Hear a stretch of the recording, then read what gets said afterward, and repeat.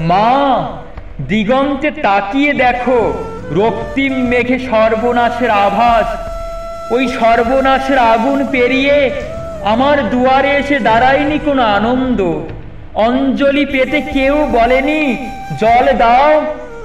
সারা জীবন আমাকেই তীব্র পিপাসায় চিৎকার করতে হয়েছে, জল দাও, জল দাও। চৈত্রের মধ্য দুপুরে পাখিরাও ডানা গুটিয়ে নেয়। দূর শহরের রাস্তায় বাবুদের ভিড় নেই। গায়ের পুকুরগুলি ঢুকে যেতে চায় উঠোনের ছায়ায়। আমাকে এখন যেতে হবে দূর নদীর চড়ায়। বালি খুঁড়ে তুলে আনতে হবে ফোঁটা ফোঁটা জল। তারপর ফিরে আসবো খরায়, ফাটা মাঠ, শুকনো পুকুর আর টলটলে জলে ভরা নতুন ইদারার পাশ দিয়ে বাবুদের ইদারা। তৃষ্ণায় ডুবে যায় আমাদের গোটা গা। কুকুর আর মানুষের জীব ঝুলে পড়ে, আর বাবুদের ইদারায় বাবুদের ছেলেদের স্নান।